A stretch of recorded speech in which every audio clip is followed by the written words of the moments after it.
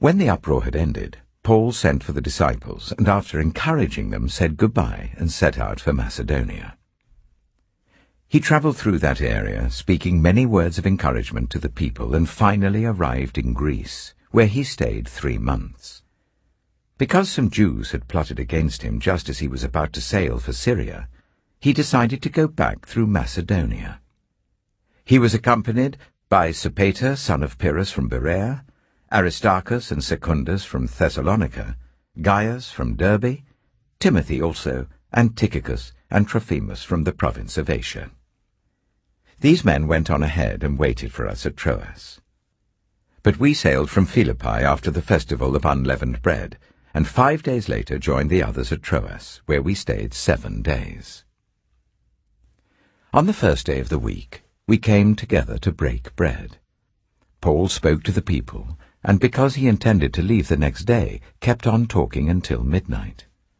There were many lamps in the upstairs rooms where we were meeting.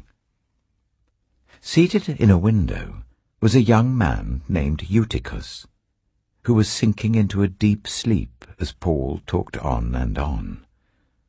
When he was sound asleep, he fell to the ground from the 3rd story and was picked up dead. Paul went down, threw himself on the young man, and put his arms around him. "Don't be alarmed," he said. "He's alive." Then he went upstairs again and broke bread and ate. After talking until daylight, he left. The people took the young man home alive and were greatly comforted.